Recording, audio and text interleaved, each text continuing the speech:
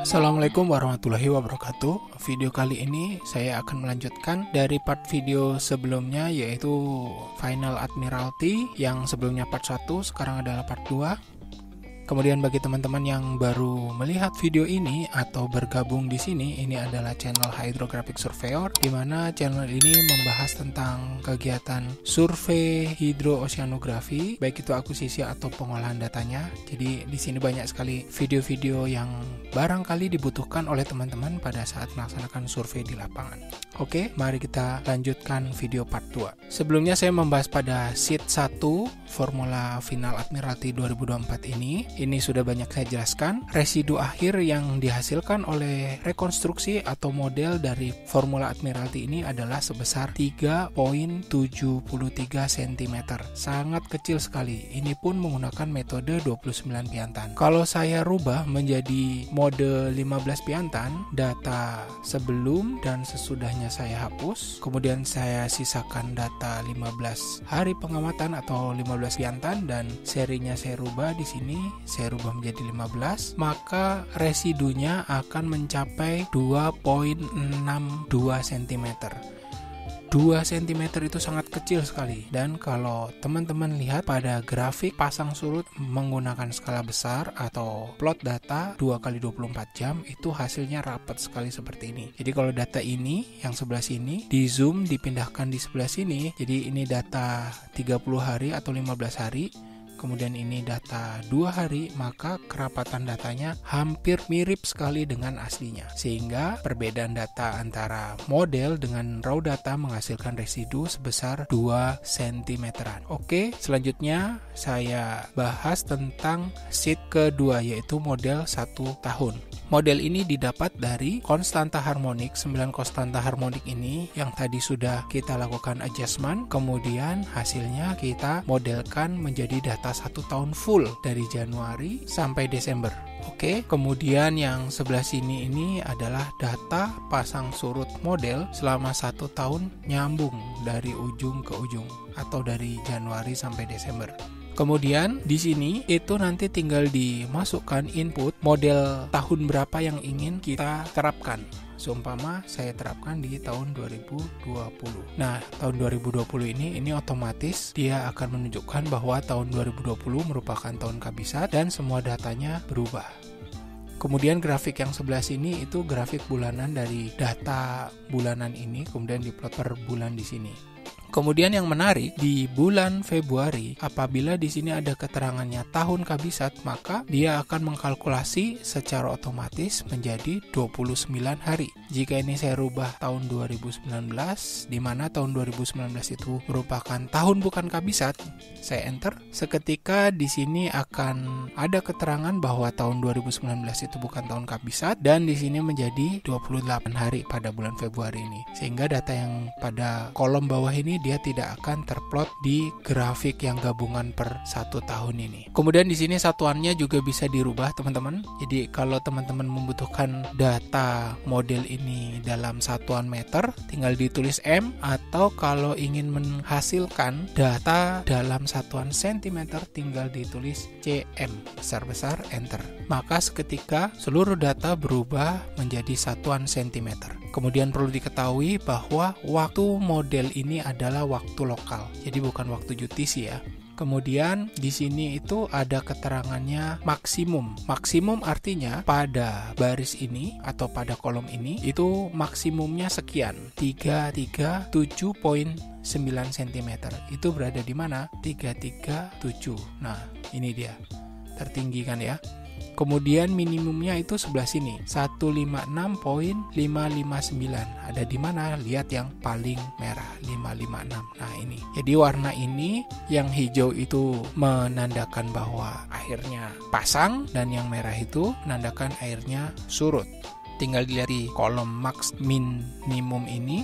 Kalau max berarti pada tanggal 1 gitu, tanggal itu dia maksimumnya sekian dan minimumnya sekian. Kemudian yang di kolom ini, di kolom max dan min ini, itu menandakan bahwa max yang di sini itu dalam kurun waktu 1 bulan ini maksimumnya itu pasang surut tertingginya itu sekian, dan minimumnya itu terjadi atau setinggi sekian. dan maksimumnya itu terjadi pada tanggal 29 dan minimumnya terjadi pada tanggal 1.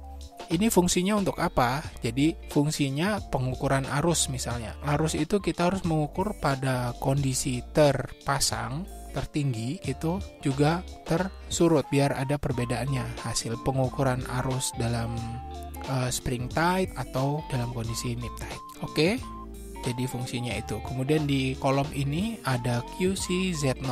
Nah, ini sangat penting sekali dan belum tentu teman-teman mendapatkan informasi tentang QCZ0 ini. Jadi QCZ0 ini itu kita dapat menskenariokan pembuatan model, seumpama ini data itu dari tahun 2012 ya. Data ini adalah dari tahun 2012. Kemudian mau saya skenariokan untuk melihat data ke depan. Seumpama tahun 2030. Enter. Kita cek hasilnya tidak ada yang minus.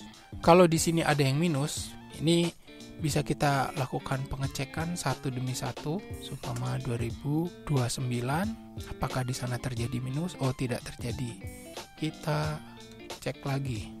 2028 tidak ada minus, jadi kita perhatikan di sini. Berarti nilai Z0 kita itu sudah sangat betul sekali, sangat tepat sekali. Perhitungan Z0 kita tidak ada yang salah. Jadi Z0 itu layak digunakan untuk mereduksi batimetri kita ke kedudukan atau ke bidang cat datum.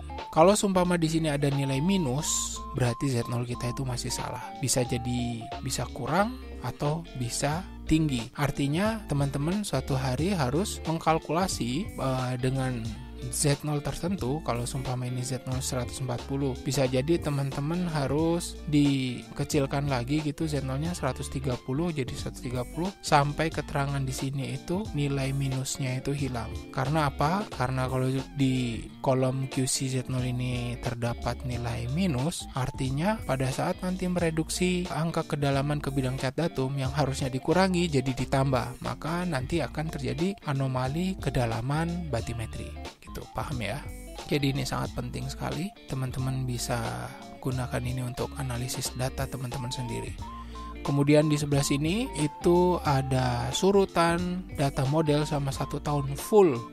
Ini udah menggunakan MSL atau DT, duduk tengah, dan menggunakan Z0 hasil hitung ini. Di sini ada metode jika teman-teman menggunakan Keris HipShip, kemudian juga apabila menggunakan HiPAC. Waktunya sudah saya sesuaikan, bisa menggunakan UTC atau local time, dan yang di HiPAC juga bisa UTC atau local time. Jadi teman-teman tinggal Ctrl A, panah ke bawah, copy, kemudian teman-teman taruh di sini. Ini sudah saya buat ya. Supaya saya ulangi lagi, Ctrl A, Ctrl V, tapi ininya harus dirapatkan dulu.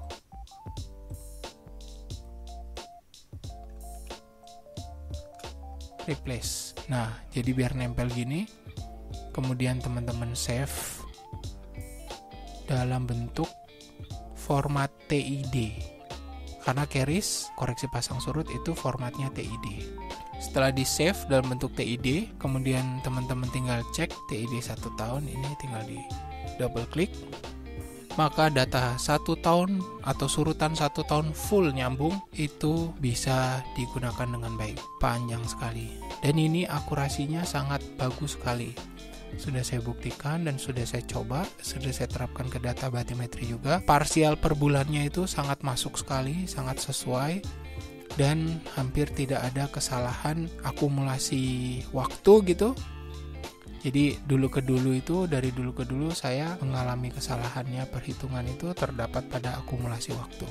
Akumulasi waktu itu seperti apa? Jadi kebanyakan rumusan model itu terkendalanya di waktu. Biasanya yang sangat signifikan menjadi akumulasi error yang sangat besar itu adalah bulan Februari.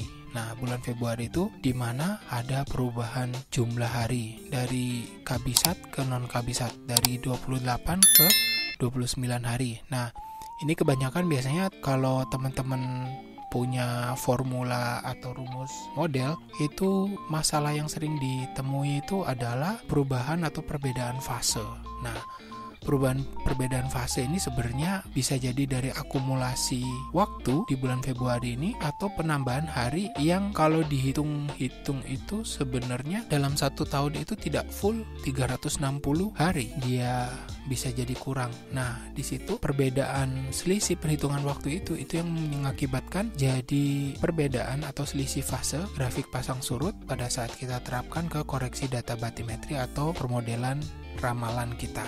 Nah, itulah yang mengakibatkan biasanya nilai prediksi kita agak meleset gitu. Agak itu dalam tanda kutip ya, bisa jadi dia melesetnya banyak atau pendek, dan mayoritas yang dialami itu adalah melesetnya di fase. Kalau di range atau amplitude itu kayaknya sedikit sekali. Nah, kalau di formula ini kan masih bisa di-adjust ya.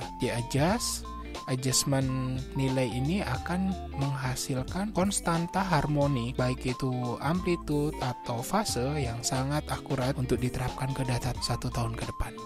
Yang terakhir dari penggunaan formula ini adalah untuk digunakan surutan pada proses pengolahan batimetri di software HYPACK. Itu mudah sekali, hampir sama seperti yang dilakukan pada software Keris, yaitu kita klik ini, Ctrl Up, Shift panah ke bawah, kemudian copy dan kita paste di sini. Kemudian yang tab ini kita copy, kita paste di sini dan kita replace, kita rubah menjadi spasi. Kemudian replace all dan kita save. Kemudian kita save di sini .tdx. Ingat ini ekstensinya TDX, sudah saya taruh mekanismenya di sini. Kalau ingin merubah file dari TXT ke TDX tinggal dirubah saja ekstensinya. Kemudian kita save di sini dan kita pastikan lagi bahwa formatnya sudah TDX. Nah, ini kan belakangnya masih TXT. Kita rename lagi, kemudian TXT-nya kita hilangkan. Nah, ini dia. Kemudian kita buka menggunakan HYPACK, pilih yang manual. Kemudian jika sudah keluar, file, open. Nah, ini TDX tight 1 tahun ini, kemudian open. Kemudian filenya sudah jadi, kita cek apakah datanya bagus. Karena ini pasang surut model 1 tahun, jadi lama sekali, langsung kita simpan saja. File, save as, kemudian kita save TDX 2. Selesai. Atau teman-teman ingin dilakukan spline biar lebih halus pasang surutnya, juga terserah teman-teman. Selesai, kita lanjut ke video berikutnya yaitu sheet ketiga.